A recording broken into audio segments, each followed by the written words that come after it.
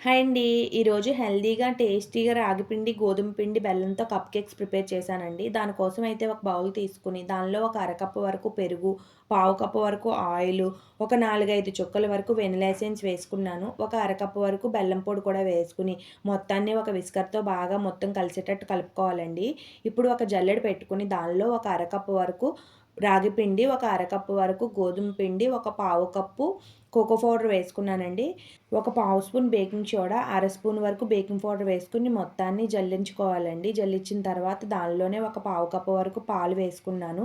పాలు వేసుకున్న తర్వాత మొత్తాన్ని బాగా కలుపుకొని, సిలికాన్ మౌల్డ్స్‌లో పేపర్ లైనర్స్ వేసుకొని, ఒక పావంతు వరకు కేక్ బ్యాటర్‌ని వేసుకొని, స్టవ్ ముందుగానే ప్రీ హీట్ చేసి పెట్టుకొని, ఒక ప్లేట్ పెట్టుకొని, ఈ బేకింగ్ కప్స్ మొత్తాన్ని పెట్టుకున్నానండి. 15 మినిట్స్ తర్వాత చూస్తే చక్కగా కేక్స్ అయితే బేక్ అయిపోయాయి. చూడండి, చూడటానికి చాలా బాగున్నాయి కదా! పిల్లలకి అప్పటికప్పుడు హెల్తీగా ఇలా ప్రిపేర్ చేసిస్తే చాలా ఇష్టంగా తినేస్తారండి. ప్లీజ్ నా వీడియో కనుక నచ్చితే నా ఛానల్‌ని సబ్స్క్రైబ్ చేసుకొని, లైక్ చేసి, షేర్ చేయండి.